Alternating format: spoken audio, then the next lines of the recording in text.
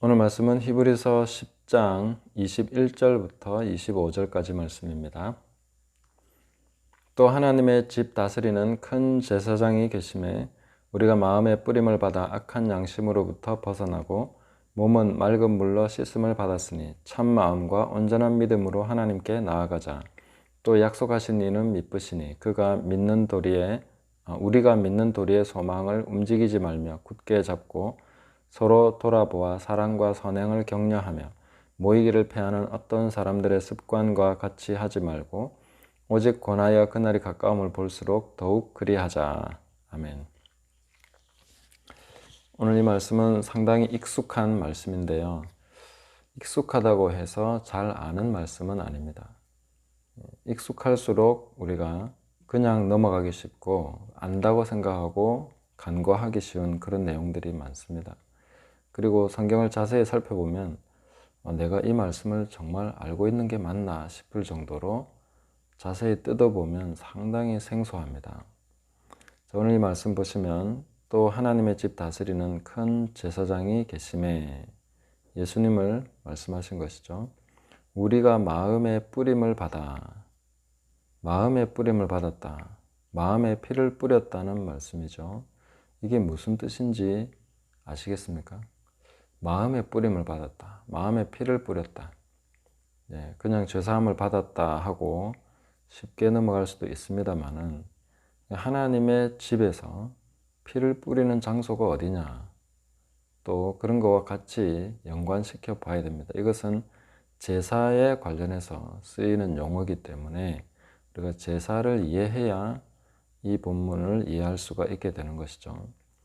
그래서 구약의 제사에서 피를 뿌리는 것은 어떤 성전 기물에 뿌리기도 하고 휘장 앞에 뿌리기도 하고요. 또 그 다음에 지성소에 들어가서 그 속죄소 위에다가 뿌리기도 합니다. 그러면 우리가 마음의 뿌림을 받았다 했을 때 우리가 하나님의 집으로서 하나님의 성전 기물로서 그렇게 묘사가 입장이 된 것이죠. 그러니까 이제 우리가 뿌림을 받는 입장에서는 성전에 있는 한 부분이다 이렇게 볼 수 있습니다. 그러면 마음의 뿌림을 받아서 하나님 앞에 구별이 되었고 완전히 정결하게 되었다 이렇게 볼 수 있는데요. 그래서 우리가 하나님께 나아가자 했을 때에 그 피를 뿌리는 그 장소에서 하나님을 만나는 것입니다. 피를 뿌리는 그 장소. 제가 어저께 하나님께 나아가자 하고 할 때에 믿는 자는 다 나아갈 수 있다 이렇게 말씀드렸는데 그럼 우리가 하나님께 나아가려고 할 때 대부분 어느 정도 상상을 합니다. 어느 정도 상상력을 활용하죠. 하나님께 나아갈 때 어디로 나아간다 하는 그 생각을 하면서 기도를 하게 되는데 우린 대부분 뭔가 저 멀리 공중에 있는 하나님을 많이 상상하기 쉽습니다. 그 스데반에 돌에 맞아 죽을 때에 하늘을 우러러보면서 보았던 그 하나님의 보좌를 생각하기 쉽죠. 그것도 역시 우리가 하나님께 나아가는 한 길이 될 수 있습니다. 그러나 여기에서 우리가 깨달아야 할 것은 하나님께 나아가는 것은 바로 내 안에 계신, 내 마음에 계신 하나님께 나아가는 것입니다. 내 속에 이미 하나님이 계시다 하는 것이죠. 하나님을 만나는 장소가, 성소가, 지성소가 바로 나 자신이 되었다 하는 것입니다. 내가 바로 성령의 전이고 내가 바로 하나님의 집이고 내가 바로 하나님께서 거하시는 그런 장소가 되었다 하는 것을 기억하셔야 되겠습니다. 그래서 마음에 뿌림받았다 하는 것은 그 뿌림받은 장소가 하나님을 만나는 장소고 구별된 장소가 됩니다. 내가 하나님의 것이 되었다 하는 것도 맞고 또 이 장소에서 바로 피 뿌리는 그곳에서 하나님을 만난다 하는 것도 맞는 말인 것이죠. 그래서 모세에게 약속하실 때 그 지성소, 법궤 위에 있는 시언좌, 은혜를 베푸는 자리, 거기에서 하나님께서 내가 너와 만나고 내가 너와 말하겠다 이렇게 말씀하신 그곳에 피를 뿌리는 것입니다. 그러니까 우리가 하나님 앞에서 이 핏부림을 받았다 하는 것이 바로 우리 마음이라는 것은 우리 마음이 바로 지성소가 되어 있다. 하나님을 만나는 장소가 되었다 하는 것을 기억하셔야 되겠습니다. 그래서 악한 양심으로부터 벗어나고 피를 뿌림 받아서 악한 양심으로 벗어났습니다. 예수님의 피를 뿌려서 악한 양심으로 벗어난다는 것입니다. 여기서는 제사에서 그 염소나 소의 머리에 안수를 하죠. 속죄를 위해서 그 자기 죄를 깨달은 사람이 거기에 안수를 하고 그 소나 양을 잡아서 이제 제사를 드리게 됩니다. 그건 다 다른 거는 다 태우고 이제 그 피를 가지고 뿌리게 되는 거죠. 자, 양심으로부터 벗어났다 하는 것은 예수님 악한 양심으로부터 벗어났다는 거죠. 그것은 예수님께 모든 죄가 전가가 되었고 그 예수님이 우리의 죄를 대신해서 지시고 죽으셨다는 것을 전제하고 있죠. 이건 뭐 다 아는 사실이기는 합니다만은 중요한 것은 우리가 그래서 악한 양심으로부터 벗어났다는 거죠. 주님께 그 모든 것이 다 건너갔고 그렇게 돼서 우리는 이제는 자유롭게 되었다 하는 것입니다. 하나님께서 이 제사를 만드실 때 내가 인애를 원하고 긍휼을 원하고 제사를 원하지 않는다 이렇게 선지자를 통해서 가르쳐 주시죠. 하나님께서 원하시는 게 뭐냐 하는 것을 모르고 계속 제사를 지내고 난 속죄받았다 이것만 생각하면 악한 양심으로부터 벗어났다는 것이 뭔지를 모르게 됩니다. 자, 악한 양심으로부터 벗어났다는 것은 이 제사를 통해서 긍휼을 배워야만 되는 것입니다. 제사를 드릴 때 항상 이 안수하는 자, 이 제사를 드리는 주체가 되어 있는 죄인이 깨달아야 하는 것이 뭐냐면 나에게 있는 어떤 것이 저 짐승에게로 갔을 때 우리로 따지면 이제 나에게 있는 어떤 것이 이제 예수님께로 갔죠. 그 예수님께로 갔는데 처참하게 죽어버리는 거죠. 이 제사를 통해서 깨달아야 되는 것이 그겁니다. 나에게 있는 어떤 것이 이 양과 소에게 전가가 됐는데 임파테이션이 됐는데 엄청나게 끔찍한 거였구나. 저렇게 처참하게 죽는 것이구나. 그 죽음을 보면서 나 이제 해방되었네. 이 기쁨만 있으면 안 됩니다. 거기에서 그 끔찍한 죽음에 대한 커다란 긍휼을 배워야 됩니다. 저 짐승이 왜 죽어야 하는가? 주님께서 왜 죽으셔야 했는가? 왜 죽으셔야 했는가를 계속해서 생각해야 됩니다. 내가 죽어야 했는데 그분이 죽으셨다. 내가 죽어야 되는데 이 짐승이 죽는다. 이건 정말 끔찍한 것이구나. 이 짐승에 대한 긍휼함, 그 주님에 대한 애틋한 사랑과 그 고통에 대한 그 체감과 이런 것이 우리를 악한 양심으로부터 벗어나게 하는 것입니다. 긍휼을 배우지 못하고 죄사함만 가지고 기뻐하는 사람은 이 악한 양심으로부터 벗어난 게 뭔지를 이해하지 못하게 됩니다. 죄사함만이 전부가 아니라 이걸 통해서 긍휼을 배워야 한다 하는 것입니다. 그럴 때에 우리의 마음에 있는 악한 양심이 씻어져 나가고 거기로부터 벗어나는 것입니다. 그래서 뿌림받아서 죄로부터 벗어났다 이렇게 하지 않고 악한 양심으로부터 벗어났다라고 말하고 있는 것입니다. 그 몸은 맑은 물로 씻음을 받았으니 몸을 이렇게 맑은 물로 씻는 것은 제사의 제물의 정강이와 이 부분을 씻습니다. 그리고 제사장도 제사를 드리고 나와서 또 몸을 씻습니다. 씻는 것은 계속해서 우리의 자잘한 그리고 제사를 지내면서도 또 우리의 뭔가 잘못된 부분들 이런 것들을 또 물로써 다시 한번 정결하게 하는 것이죠. 그래서 우리는 끊임없이 정결함, 깨끗함을 사모해야 됩니다. 마음이 청결한 자는 복이 있다. 그가 하나님을 볼 것이다. 하나님을 만나는 모든 과정은 우리가 이런 계속해서 정결하게 되는 것을 통해서 하나님을 보게 되는 것입니다.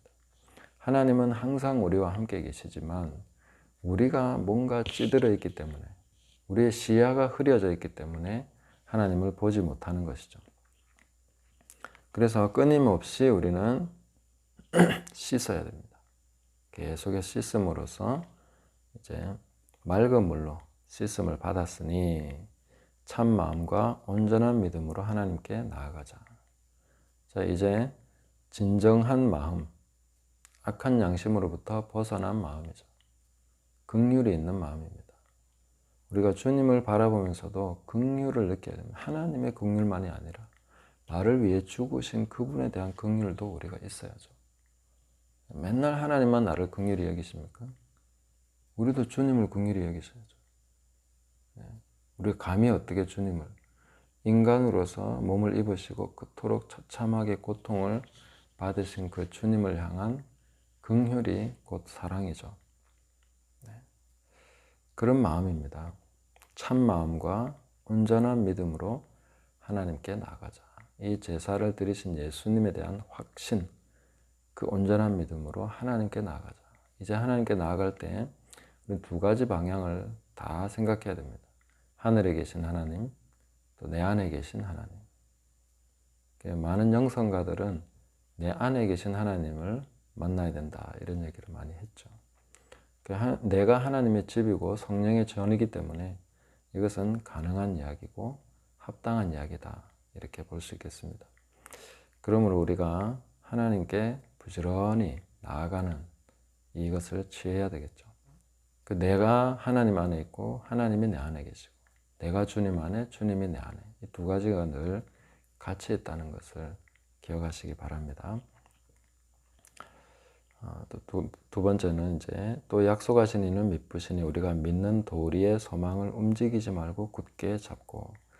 자, 이 도리라는 말이 나오면 믿는 도리, 도리는 곧 고백입니다. 고백, 내 입술에서 나오는 말.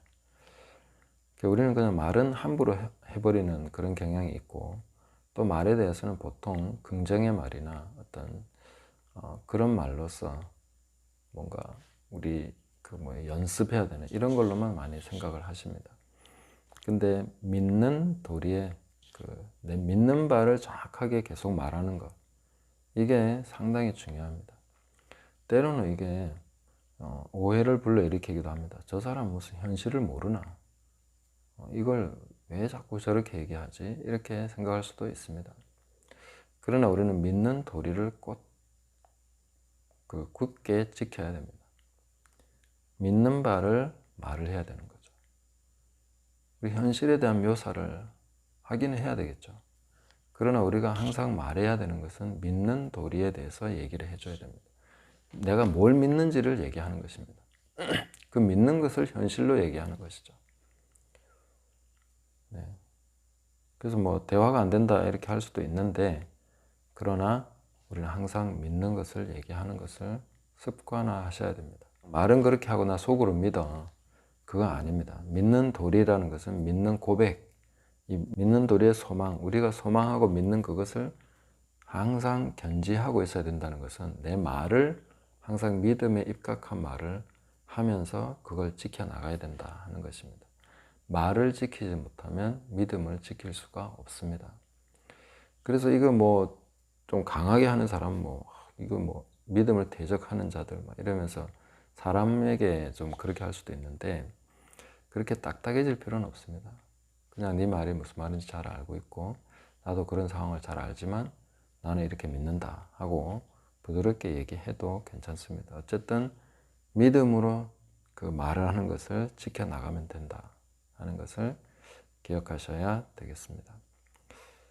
그 다음에 이제 서로 돌아보아 사랑과 선행을 격려하며 모이기를 패하는 어떤 사람들의 습관과 같이 하지 말고.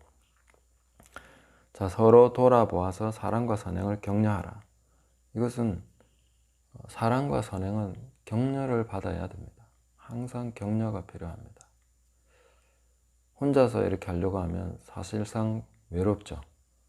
믿음으로 살아가는 것도 외롭습니다. 내가 정말 옳게 살고 있는 것인지, 이게 맞는 것인지, 맞다고는 생각하지만 힘겹고 또 외롭고 그럴 때가 많죠. 그래서 믿는 사람들과 함께 교제하고 서로 돌아봐서 사랑과 선행을 격려를 해줘야 됩니다. 사랑과 선행을 항상 격려를 받아야죠. 격려가 굉장히 필요합니다. 그래서 우리는 믿는 자와 함께 교제하는 것을 굉장히 귀하게 여기셔야 됩니다. 내 믿음을 격려해 줄 수 있는 사람과 만나야 된다는 거죠. 저는 패배한 말을 계속하는 분들과는 잘 교제하고 싶어 하지 않습니다. 물론 그분들을 존중하고 사랑하고 그렇지만 굳이 자주 만나려고 하지는 않습니다. 왜냐하면 내 믿음을 격려해 주지 못하기 때문에, 내가 사랑과 선행을 행하는 것을 격려해 주는 사람이 귀한 사람이죠. 하나님 앞에 그렇게 달려나가도록 그렇게 도와주는 사람이 귀한 사람이죠. 그런 것이 아니라 어떤 패배하고 실패하고, 그래 나도 패배했어, 너도 그렇냐, 너도 곧 패배하겠지, 그래도 이해해, 뭐 이런 식으로 나가는 것은 별로 합당하지 않습니다. 어떨 때는 그런 게 위로가 되죠. 아이고, 나만 실패한 게 아니구나, 나만 이렇게 사는 게 아니구나, 저 사람도 저래 힘들어하네, 저 사람도 저렇게 병들어 고생하네, 이러면서 위로받을 수 있겠죠. 그러나 그것은 합당하지 않습니다. 믿는 자는 믿음으로 격려받아서 승리해야 되는 거죠. 저는 좀 괴팍하고 이상해도 승리한 사람과 대화하고 싶습니다. 믿음으로 이기는 사람과, 질병을 이기고 그런 사역에서 성과를 내고 귀신을 쫓아내고 이런 사람과 저는 대화하고 싶습니다. 이기는 사람과 만나야죠. 내 믿음이 격려가 되는 그런 승리하는 사람과 만나서 대화하고 그렇게 격려가 돼야죠. 또한 나 자신이 그런 승리한 사람으로서 격려를 해주고 싶은 그런 삶을 살아가려고 합니다. 자, 그 다음에 25절에 보시면 제가 오해가 많다는 이 부분입니다. 모이기를 패하는 어떤 사람의 습관과 같이 하지 말고 했는데, 여기서 이제 그래서 우리는 예배를 빠지면 안 되고 뭐 수요 예배, 금요 철야, 새벽 기도 계속 모여야 돼. 네, 그것도 뭐 틀리지는 않습니다. 그렇지만 정확한 것은 아닙니다. 여기서 모이기를 패한다는 것은 특히 그날이 가까움을 볼수록, 마지막 때가 가까움을 볼수록 더욱 그리하자 했는데, 이것은 성경을 읽는 것과 관련이 있습니다.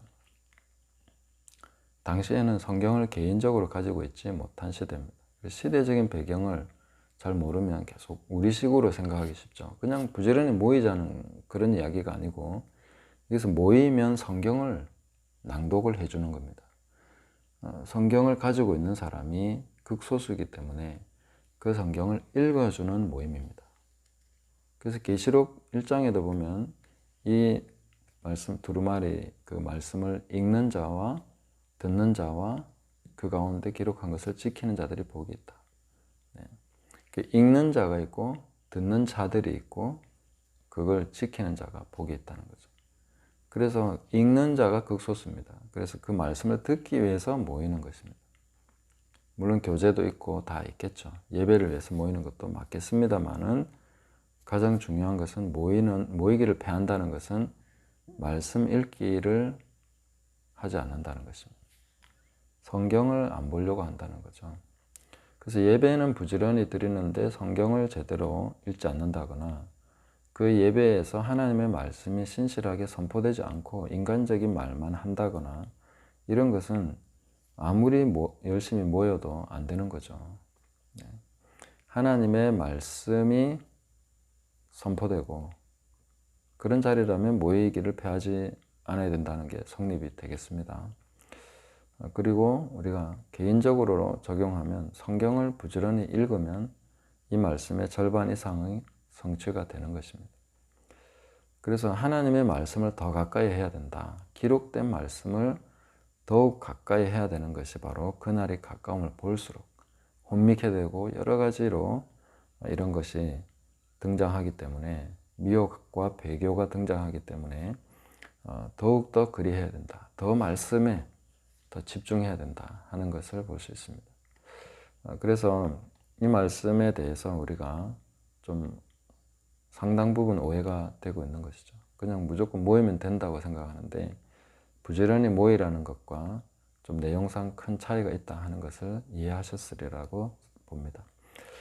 그래서 오늘날 우리가 보면은 그 말씀이 많이 지금 유튜브를 통해서든 뭐 인터넷을 통해서든 많이 나옵니다. 그런 것을 어떻게 잘 분별할 수 있을까 하는 것도 저도 생각해 보고 있습니다. 특히 요즘 뭐 말세에 대한 메시지들도 많이 나오고 있는데 이런 부분에서 저도 이제 좀 포커스를 맞춰서 가야 되겠다 생각하고 있습니다. 그래서 기도해 주시고 함께 또 말씀으로 동행해 주시기를 예수님의 이름으로 축복합니다.